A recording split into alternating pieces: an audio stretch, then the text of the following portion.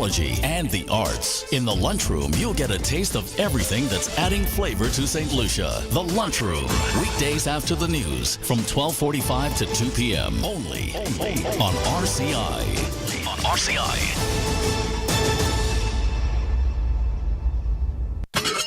Serving now, the Daily Dish.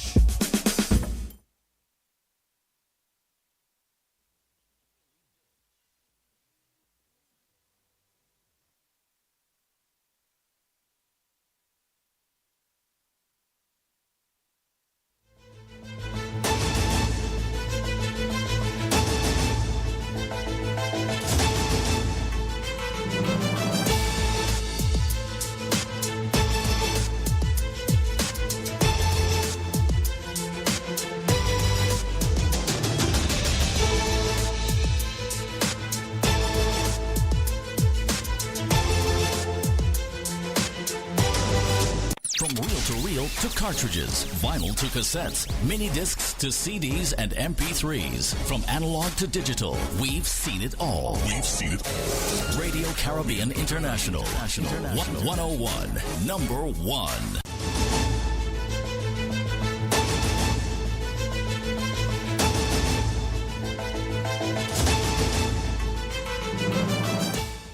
Good afternoon. Welcome to the Lunchroom on Radio Caribbean International. It is Tuesday, the 2nd of June, 2026. I'm your host, Calix George Jr. In addition to 101.1 FM radio, you can also get us at our website, rcistlucia.com. We are also streaming live on YouTube as well as on Facebook. You just have to search for the official page of Radio Caribbean International. And please be sure to like and share that as well with your friends and family. If you want to tell us what's on your plate today, the number to do so, it is 452-3046. Again, 452-3046. And we are also available on WhatsApp.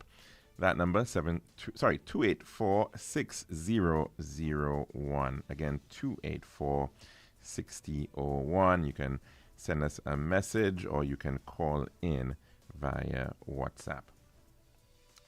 I look back in time on this day in the year 455. King Gesseric and the Vandals sacked Rome, looting it for about 14 days. And of course, you can just guess where that word vandals and vandalism came from because of what occurred way back then. In the year 1862, on this day, Robert Lee took command of the Confederate Army of North Virginia during the American Civil War.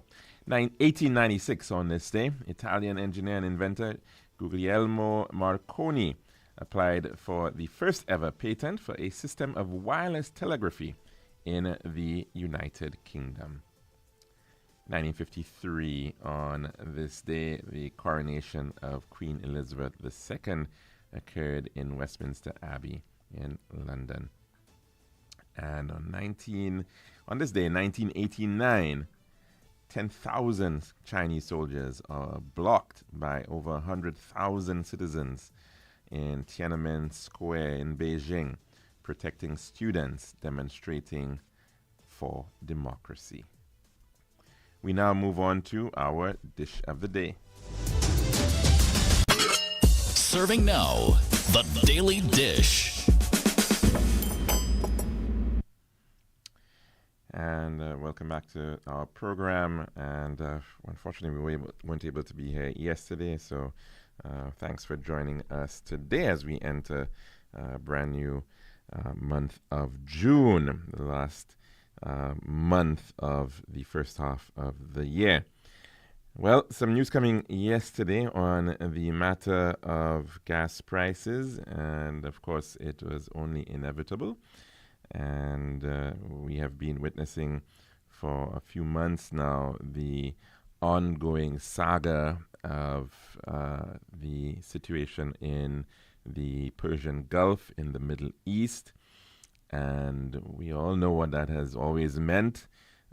If there is instability and discord and impact over in the Middle East, we invariably see the entire world feeling the pinch because it is one of the single most important sources of fuel, oil and gas, hydrocarbons, and a lot of other byproducts coming out of that region. Of course, they have felt the brunt of it. Countries within the Middle East, certainly the likes of Qatar and Dubai, either UAE, United Arab Emirates, Saudi Arabia, Kuwait, and others have also been impacted by the ongoing situation there. But the crux of it still in debate, the Strait of Hormuz, and whether that will in fact be opened up satisfactorily to the rest of the world. It is Iran's principal play card and very, very important one indeed. And of course, we have almost no control whatsoever over those matters playing out. Some may even argue that not even the U.S. Congress seems to have had control over the happenings over the past couple of months. And of course, the reality being the global price of oil has gone up, and it is very difficult for countries to be able to control and protect their own country, their own citizens from this inevitability. In the past, we would have seen some level of protectionism in countries like Trinidad and Tobago and Venezuela, where they were consistently subsidizing and keeping the price of gas at the pump low. But even in places like Trinidad and Tobago, that is a thing of the past. And the reality is that there is certainly a benefit to passing on the true cost of any item to the consumer, because otherwise what tends to happen is that the adjustments that have to be made, sometimes these adjustments take a very long time, but if you continue to create that environment where things seem very, very nice, well, what ends up happening is that we all get cooked in the process. And so the need to be able to make that shift is one we've been speaking about for a very long time. And let us again hope that we will begin to see a national and collective effort at this point in terms of making adjustments and making that shift away from high dependence on imported fuel, imported fossil fuel in particular. We have some great stories coming out of the region at this time that really should give us some impetus in terms of the efforts at play, in terms of making a meaningful shift, whether it is in terms of the vehicles that we drive, whether it's in terms of the modes of transportation, and of course, whether it is in terms of the sources of power that we utilize and how we can, of course, also utilize them responsibly and with a degree of conservation in our mindset. Quite often and this is in human nature, of course, we take things for granted. And so if things are cheap, what do? We tend to waste them. We tend to think that it's something that could be thrown away and utilized with a great level of largesse. And that's always a risk. We could be talking about food, we could be talking about energy, we could be talking about water. But wherever you have a situation where things are cheap and things are perceived to be dispensable, we tend to get into that idea, well, you know what, just leave the lights on or leave the fan on, or it's okay if we have a leaky pipe in the house because we're not going to worry about the bill because it's already low. That is definitely not the kind of state we want to be in. We certainly want to be thinking about, managing the resources that we have as frugally as we can. And of course, as I was speaking about this entire matter of energy, the good story coming out of Dominica, our neighboring island of Dominica, is the matter of their success in respect of geothermal energy. Dominica has been for some time a country that has been identified as having geothermal energy potential, and we can see it from the topography alone, the volcanic peaks towering into the interior and along the coastline, and a very young country, relatively speaking, geologically, and so of course they've for a very long time were identified as one of the areas that had one of the islands in the Caribbean that had a tremendous amount of geothermal potential. Before that, it was really only, I think, Guadeloupe, where there was a small plant that had been developed some years back. And Dominica was perhaps in a better situation than us in terms of their energy mix, because they always had hydroelectric as an option within their mix. But now they've gotten to a point where effectively St. Lucia would like to be perhaps within the next 10 years or so. Dominica is already at that point, thanks to geothermal energy and a very long journey themselves in getting to this point.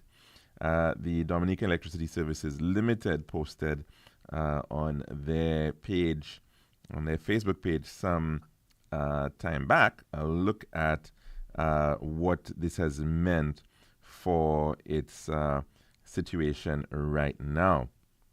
And it says as follows: a look at the tangible benefits realized from Dominica's national investment in geothermal energy. At Domlec, we recognize the frustration customers have experienced due to unplanned outages that have occurred during the commissioning and testing phase of the geothermal plant in Loda. We sincerely thank the public for its patience as Dominica undertakes one of the most significant energy transitions in its history. Despite the challenges presented during this critical testing period, geothermal energy is already delivering tangible benefits to customers. In April 2026, renewable energy penetration reached 51%, with 26% of electricity generation coming from geothermal energy and 25% from hydro resources. This reduced the island's dependence on diesel generation from an average of 75% to 49%. These gains are particularly important at a time when global fuel prices continue to rise sharply. Domlec began 2026 with a fuel surcharge of 32 cents per kilowatt hour, which increased in the months to follow with the dramatic climb of global fuel costs. By April, the cost of fuel to Domlec increased to almost $15 per gallon from $9 at the start of the year. With the injection of geothermal power to the national grid, by May, the fuel surcharge decreased from 50 cents per kilowatt hour to 46 cents per kilowatt hour. Without geothermal energy, customers would have faced a significantly higher surcharge of 65 cents per kilowatt hour. During the commissioning and testing phase, power is purchased at a discounted rate, however, from the commercial operating date. Power will be purchased from the commercial operating date, power will be purchased at the commercial rate. If the cost of geothermal was calculated at the commercial rate for the current period at 53 cents per kilowatt hour, it would still be lower than if there were no contribution from geothermal. These figures clearly demonstrate a trajectory of long-term value from geothermal energy to Dominica. As geothermal generation increases and reliance on diesel decreases, customers can expect greater price stability, reduced exposure to volatile fuel markets, and a more reliable electricity system. Geothermal energy is an indigenous resource, a source of national pride, and a major step toward the government of Dominica's goal of achieving 100% renewable energy by 2030. DOMLEC remains committed to working through the challenges of this transition phase to deliver a cleaner, more sustainable, and more dependable energy future for all Dominicans. And of course, that story coming from our sister island of Dominica, which I said they were already starting off in a better situation than St. Lucia, thanks to their very powerful rivers, continuing to be able to support hydroelectricity in Dominica. Of course, they also have a smaller grid, a smaller demand for electricity, and of course, much smaller population over in Dominica, about 70,000 people, less than half of what is in St. Lucia. And of course, they've had their own challenges because of how far some of these settlements are spread out in the island, and of course, we've seen over the years the challenges of hurricanes and natural disasters, whether it's Erica and Maria, and what that has done in terms of their distribution system. In fact, one of the elements coming out of this investment into geothermal is finally creating a true transmission grid for Dominica as well, albeit still not even as sophisticated as what exists in St. Lucia. But they are, of course, heading in the right direction, and it's a direction that no doubt all islands in the Caribbean need to be able to head towards. We are innately challenged because of the fact that we are islands, and as opposed to what exists in continental areas, you've got a lot of options when you are within a space that's easily connected together, and you've got large scale populations which can be supplied as the case may be. And so, like, for example, in the United States of America, a lot of their power comes from neighboring Canada, which has lots of cheap hydroelectricity in places like Quebec. In the case of Europe as well, lots of interconnection available there. That doesn't exist in the Caribbean, and so, of course, it therefore means that it's a different planning regime that must exist to ensure the reliability of the energy supply when dealing with an isolated grid like we have in our islands. And so the journey towards moving away from that reliance on fossil fuel is one that, as a country, certainly have to continue to push as much as we can in this pursuit, especially, of course, given the fact that we are seeing the rising impact of the volatility that we know. Maybe we might have 5 years of nice peacetime situations, but we never know how long some of these situations are going to drag on when there is, in fact, volatility in areas like the Middle East. And so certainly would have been great if we could have been further ahead in terms of a lot of where we should have been, perhaps in terms of renewable energy, in terms of the use of electric vehicles. But we've got to continue at trying to see how we can do that as quickly as possible. Of course, the word coming out yesterday in terms of the price of fuel at the pump, I think we do have a clip from DBS that takes in part of that story coming out of the pre-cabinet press briefing. Let's take a listen. Gasoline. Prime Minister and Minister for Finance, Philip J. Pierre, announced the adjustments during a pre-cabinet press briefing on Monday, June 1st, while outlining the new retail prices for petroleum products. The increase, he says, comes amid continued volatility on the international energy market, placing additional pressure on governments and consumers alike. Gasoline, $16.75 per imperial gallon, which is $1.20 below the historical high of $17.95 in the year 2022. The retail price of kerosene will be $10.41. Addressing concerns about the potential impact of the economy, the Prime Minister said the government has already implemented several measures aimed at cushioning the effects of higher fuel costs.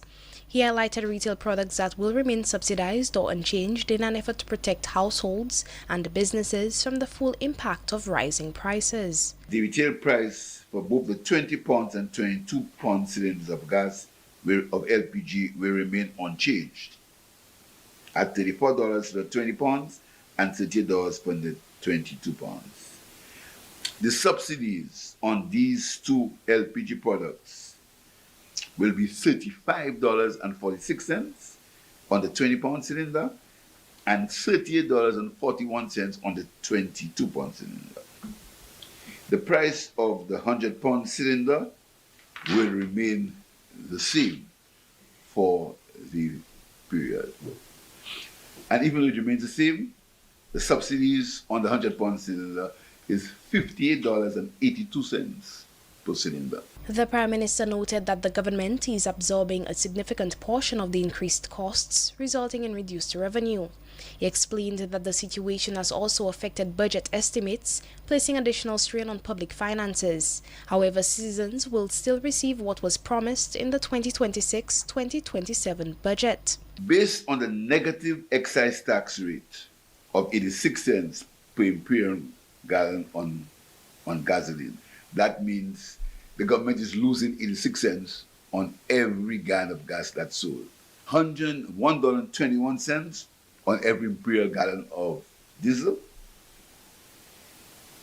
The subsidy for the 3 weeks is expected to be $1.2 million on these two products only.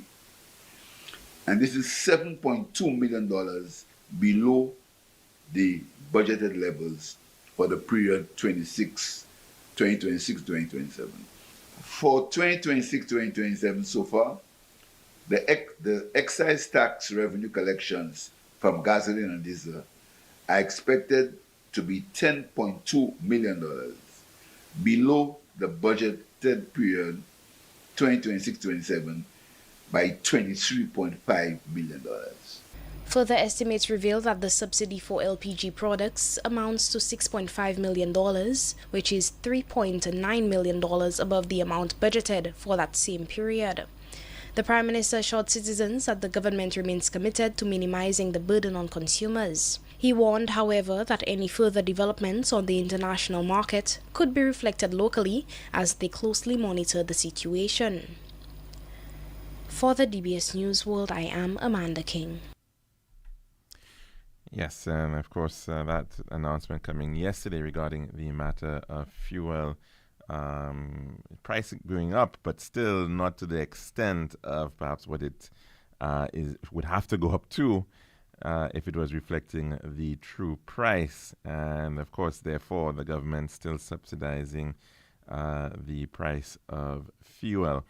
It is invariably not a sustainable activity because we certainly do not produce fuel, and it is a commodity that is utilized in large measure. It's not only about the domestic consumption, of course, it has implications in the commercial space as well.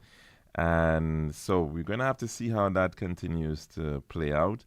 And I would suggest it would more than likely mean that in the future we may very well be seeing additional increases in the price if, in fact, the situation in Iran does not get resolved satisfactorily in a quick enough period of time. And then, so even if it does, there are sometimes still these built-in lag effects as it takes time for the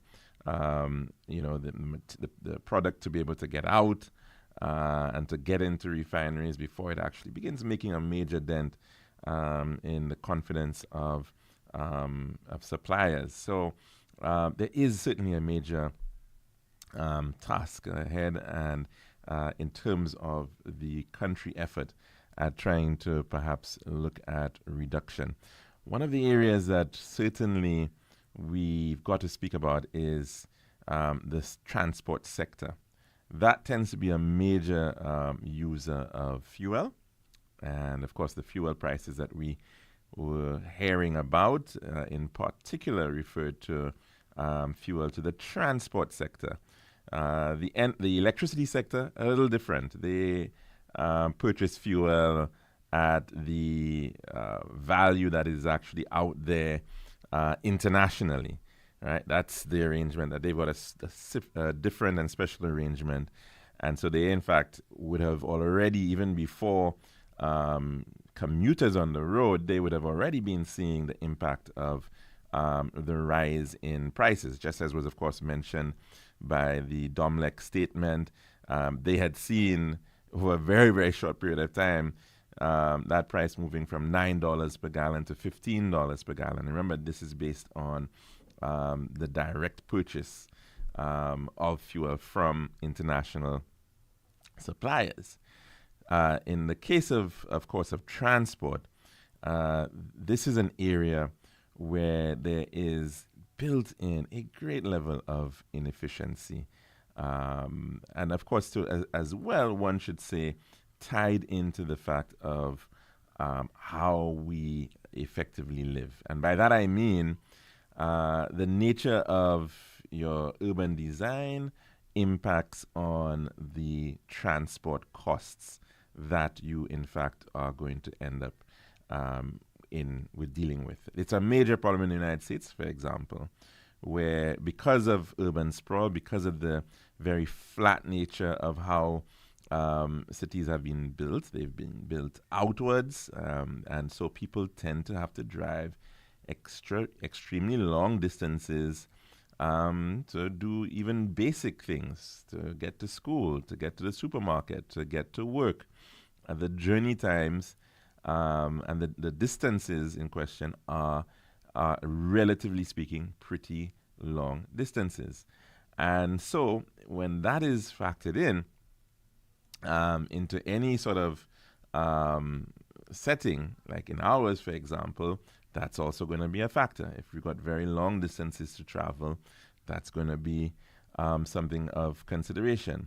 Now, of course, we saw during times like COVID, there were significant reductions in things like energy consumption and transport fuel consumption because people were simply traveling less, or they, in some instances, were able to do a lot more remote work. So you then have to start asking, well, can we look at the structure of our economy, and are there opportunities to be able to, in fact, realize savings overall? And that's, I think, is something that one certainly should have a good look at. We've seen some of the situations, for example, in terms of schools and the distance that people necessarily travel to get to a school. In our case, tends to be very far. You end up in a situation where maybe you have, say, for example, what 30,000 people living in the north of the island in Grosley, but you actually only have one secondary school that is open for everybody in the case of Grosley, which is the Corin Secondary School. We did have at one time the Grosley Secondary School, which was built opened around 2006, which has now been morphed into the sports academy, and a situation then where a school that would have been designed for about 525 students was now only really catering to perhaps less than 100. So these are some of the inefficiencies that it's maybe useful to start looking at. The state of the public transport sector is another critical one. And we think quite often of great places to live. And, there are some rankings that are done in globally looking at the best cities to live in around the world.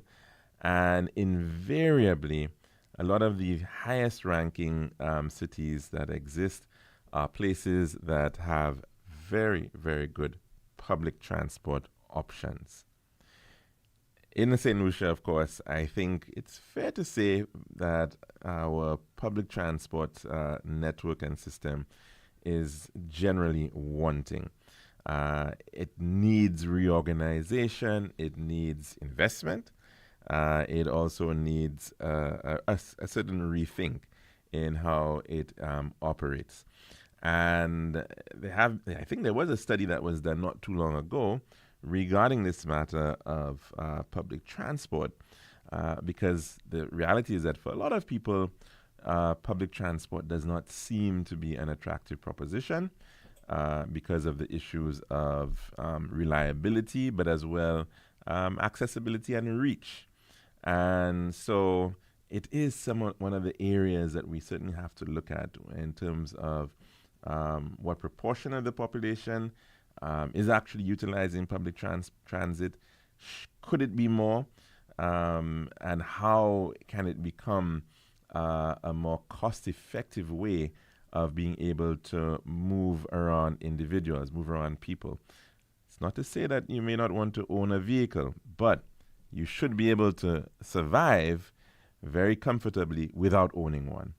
And you may want to own one maybe for use on special occasions where you really do need to do so. Maybe you might have to go to a wholesale supermarket or some other journey that the family wants to take.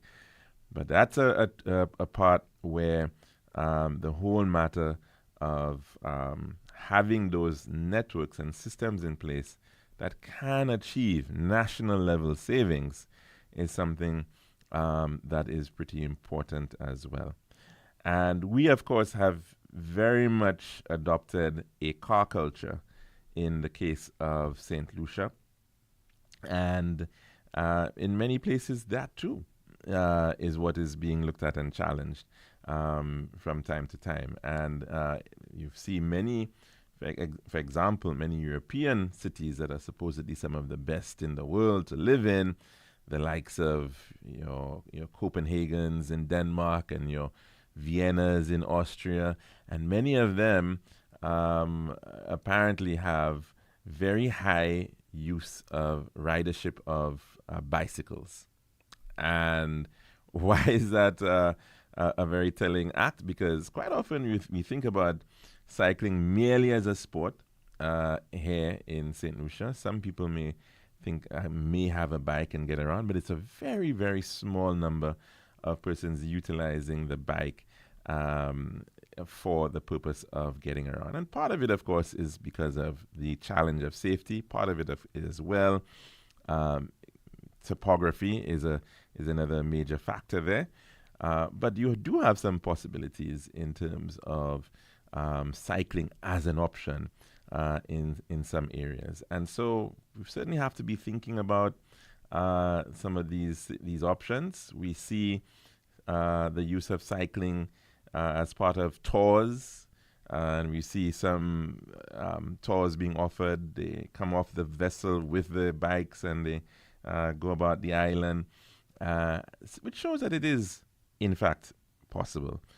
And so, but of course, the need to start thinking about not just the car, and also creating those, much less land-intensive options like cycling could be something that we certainly have to think about for the long term.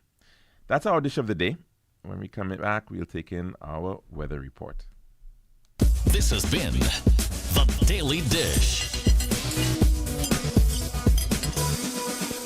Girl, I've been so stressed searching for the perfect tiles to complete my home. Really? Yeah, it's always the same white, beige, and gray tiles with the tile stores. Like they're all buying from the same place. You're the design expert. Help me, please. I'm fed up. What are you looking for? Something different. Something that says Caribbean beauty and suits my personality. Something vibrant and classy with a little razzle dazzle.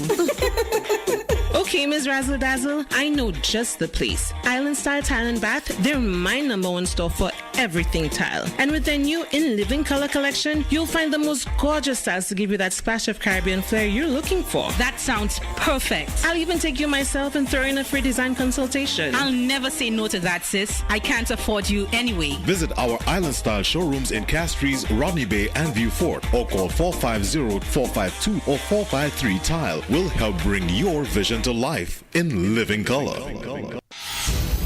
This is Radio Caribbean International. It's now time for the weather news. And that's one, of course, the 1.1. Sometime for a weather forecast as of 12 noon today, presented by Island Style Telemap. The forecast for St. Lucia Valley for the next 24 hours. The winds will be blowing from the east near 21 miles per hour or 33 kilometers per hour. Weather fair to partly cloudy, hazy, and breezy with brief showers. There is an advisory in average raise that persons with respiratory ailments and dust allergies are advised to take the necessary precautions due to reduced air quality. Also, small craft operators and sea beaver. Also, small craft operators and sea beavers should exercise caution due to above normal seas, brisk winds, and reduced visibility. The forecast for Los Angeles is fair to occasionally cloudy skies, hazy and breezy with a few showers.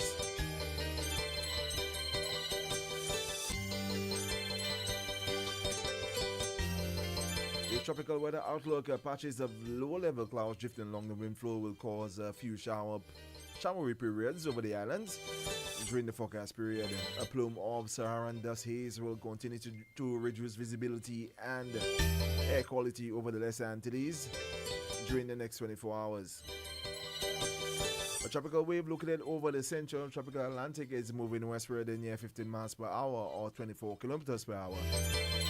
Also, a second tropical wave located over the eastern tropical Atlantic is moving westward near 12 miles per hour or 19 kilometers per hour.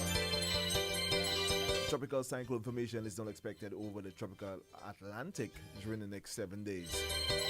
And this has been your weather forecast as of 12 noon today, presented by Island Style Telemat. This has been RCI's Weather News. For more information, call the Weather Hotline at 454-3452. RCI 101 #1.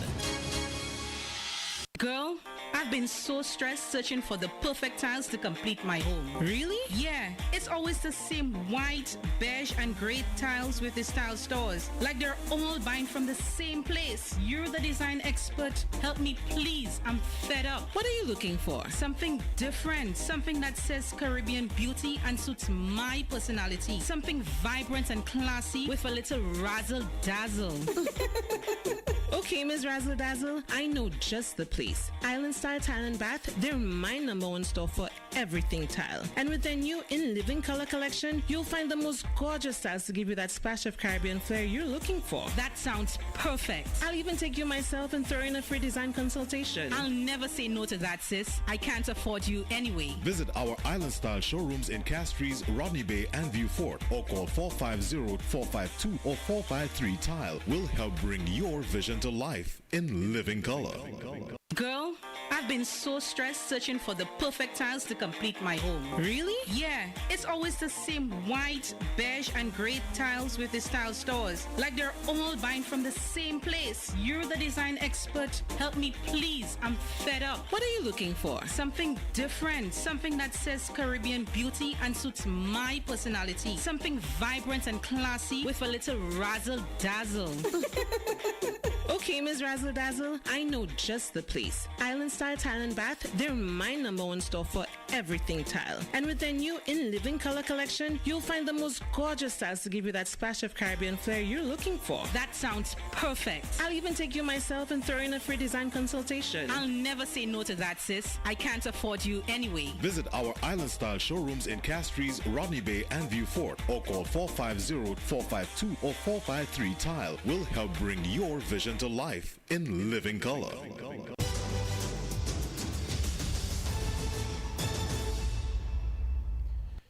And welcome back to the lunchroom here at Radio Caribbean International. Of course, the number to call in to tell us what's on your plate today, it is 452-3046. 452-3046. Let's go to the phone lines at this time to take in our first call. Good afternoon and welcome to the lunchroom. What's on your plate today? Hi, good afternoon, sir. How are you doing? They're very good, thank you. Very blessed. And yours?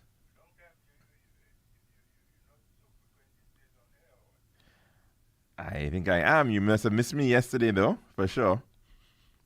We were off air yesterday. Yes, that's correct. Yes, I'm good, thank you.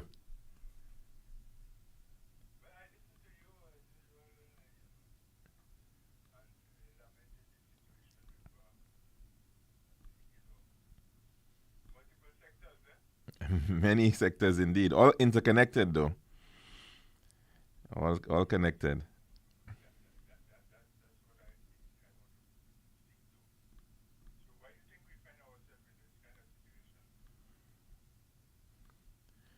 Which one exactly? What you referring to, the energy situation, the situation where we have a whole...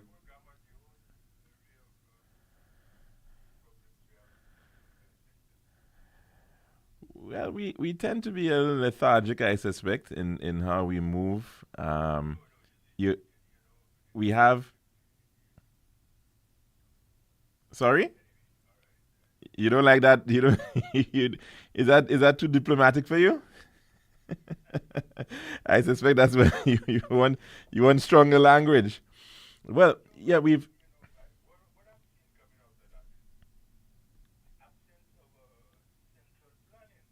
Well, very much so. But you know, caller, we dismantled central planning a long time ago.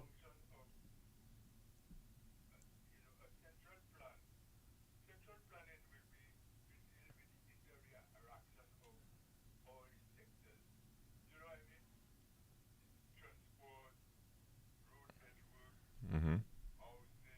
Mm-hmm.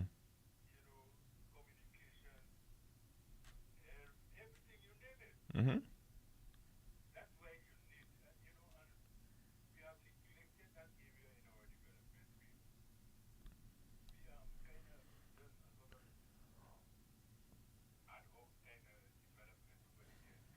Yeah.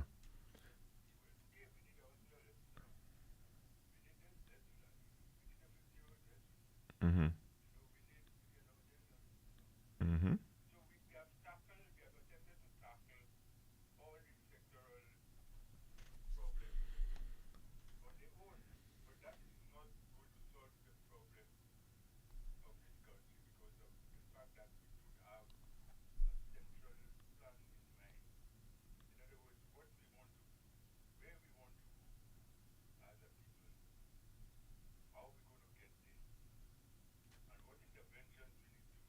Mm-hmm.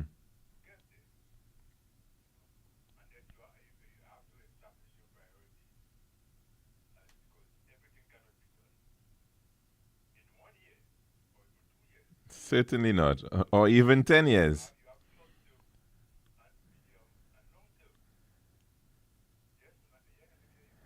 I was agreeing with you and saying that even 10 years is not a very long time from a planning horizon sometimes when you would have been hearing about how the Chinese plan on a 100-year and 1,000-year horizon.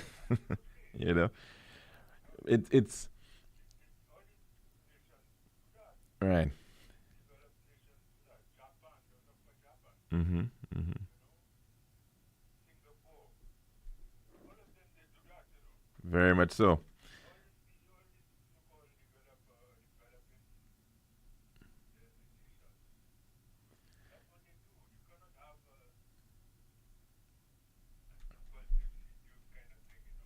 Mhm. Mhm. Mhm.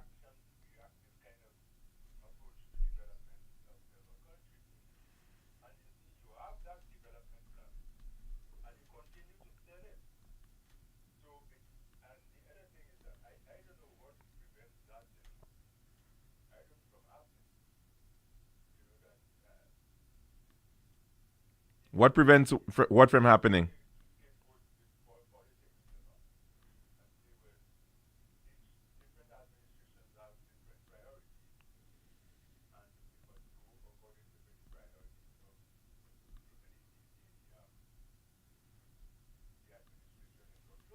Mm.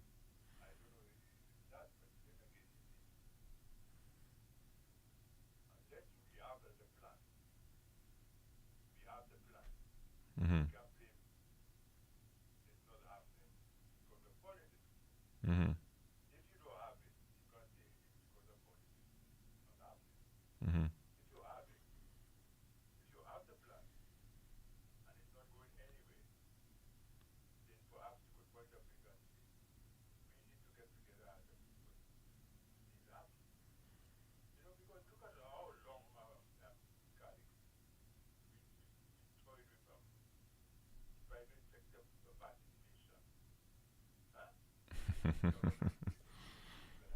Right. Right.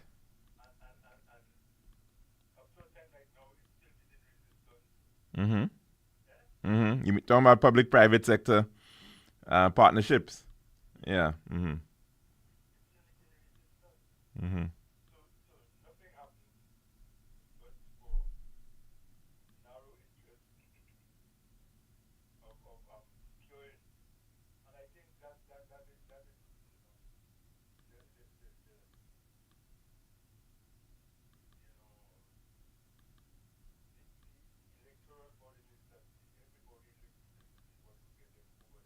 Mm.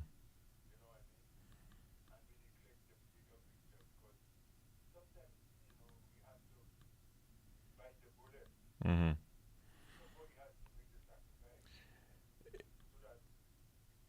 The politician doesn't get elected on the long term. That's the part of the problem. The politician gets elected on what they can do within their term, and so it's unfortunate, but sometimes the long term view gets lost and at the altar of short term gain, and unless if you can unless if you can you can unless if you can adequately sell that vision and gain the trust of the electorate that there is a grander plan, right? And that look, you are better off right now in tying yourself to that grand plan. Then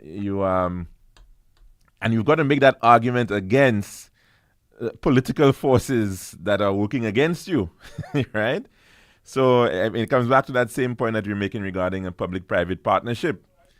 We've been we've been talking about it for a very long time, but there's always this opposition against it, and sometimes parties change their stances, whether they're in or out of government, as to where they stand on it.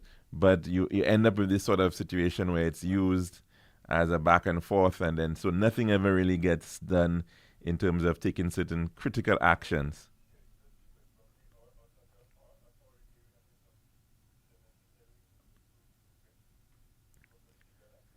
One thing, one thing I must say, caller, you like getting back to that point.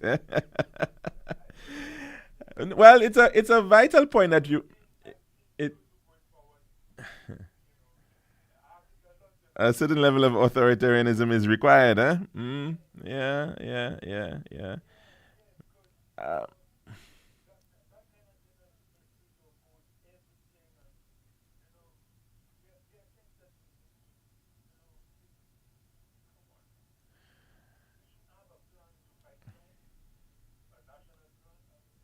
mm. Well, certainly. I said certainly there should be a national plan for fighting crime. I agree with you, and it again in the system that we have, this democratic system that we have, where you have separation of powers. I know there's of course a desire to be very careful not to interfere, one side interfering with the next, but there's also well, in the bastions of democracy, we've realized that quite often there's separations of power even less than ours. Whereas we may have a Judicial and Legal Services Commission.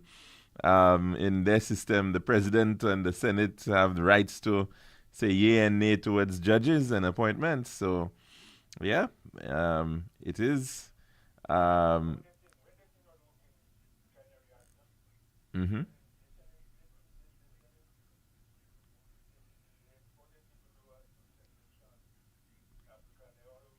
Yeah, Rwanda and everywhere. Mm-hmm. Mm-hmm. Mm-hmm. Mm-hmm. Mm-hmm. Very much so.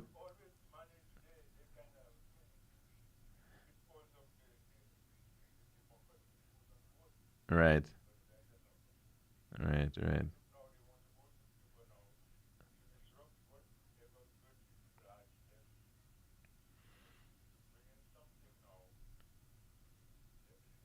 And the impact on us too, right here. Saying that you can't bring in Cuban doctors and you shouldn't have any relations with Cuba. So we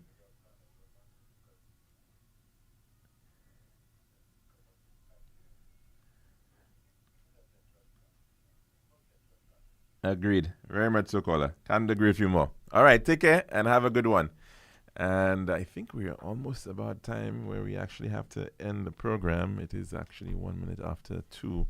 But we will be back again tomorrow, God willing, for another one of the lunchroom. And we do hope that you can join us for that. And that's all that we have for today. I'm your host, Calix George Jr., saying goodbye.